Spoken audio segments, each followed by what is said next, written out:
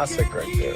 It's more common now to see movies like Us, written, directed, and starring black men and women. You're 10, 12, you're sitting in front of the TV. That's somebody that looks like me. Like, look, I can do it too. But it hasn't always been that way. All of us as Americans have been exposed to a very stereotypical view of black people, whether it be in television, in movies, in novels that we've read, magazines, newspapers, all those things. He's kidding, right? He's not kidding. Local black historian Reggie Jackson points to the evolution of African Americans in film.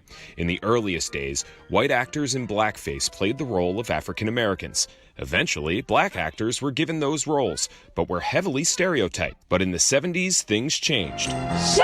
Black filmmakers wanted to put black people in a position where they were portrayed as something other than butlers and maids and demeaning types of personalities. They wanted to show that black people could be heroes in movies as well. I want my TV screen flooded with people who look like me, and I craved that and I wanted that. Those representations have helped more people like Emily Keister. I realized that when I looked at the screen and I watched TV and I watched film, I didn't see anyone who looked like me, and that sucked, and I wanted that so bad.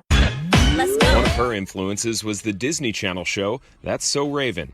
Sure, nothing profound, but it was one of her first experiences of having the main character of a show she watched look like her, which is still rare today. The Hollywood Diversity Report says in 2019, only 2.2 out of every 10 lead roles on TV are played by people of color. And it's slightly less in movies, with only 2 of every 10 lead roles played by people of color. It's interesting to look back now and be like, oh, I related to that, and now I want, not just one black person on the screen. Like, everyone needs to be black. Representation like this has helped Shanika Jackson feel she can make an impact. I do want to change the world. She's working on a documentary right now about everything going on related to the George Floyd protests. It's called This Is Brutality. As part of the younger generation and as a black woman, she's sharing what's going on through a perspective only she can share. I feel like a responsibility does lay on my shoulders to tell a story because won't nobody else tell it. There are very specific stories that only black filmmakers can tell.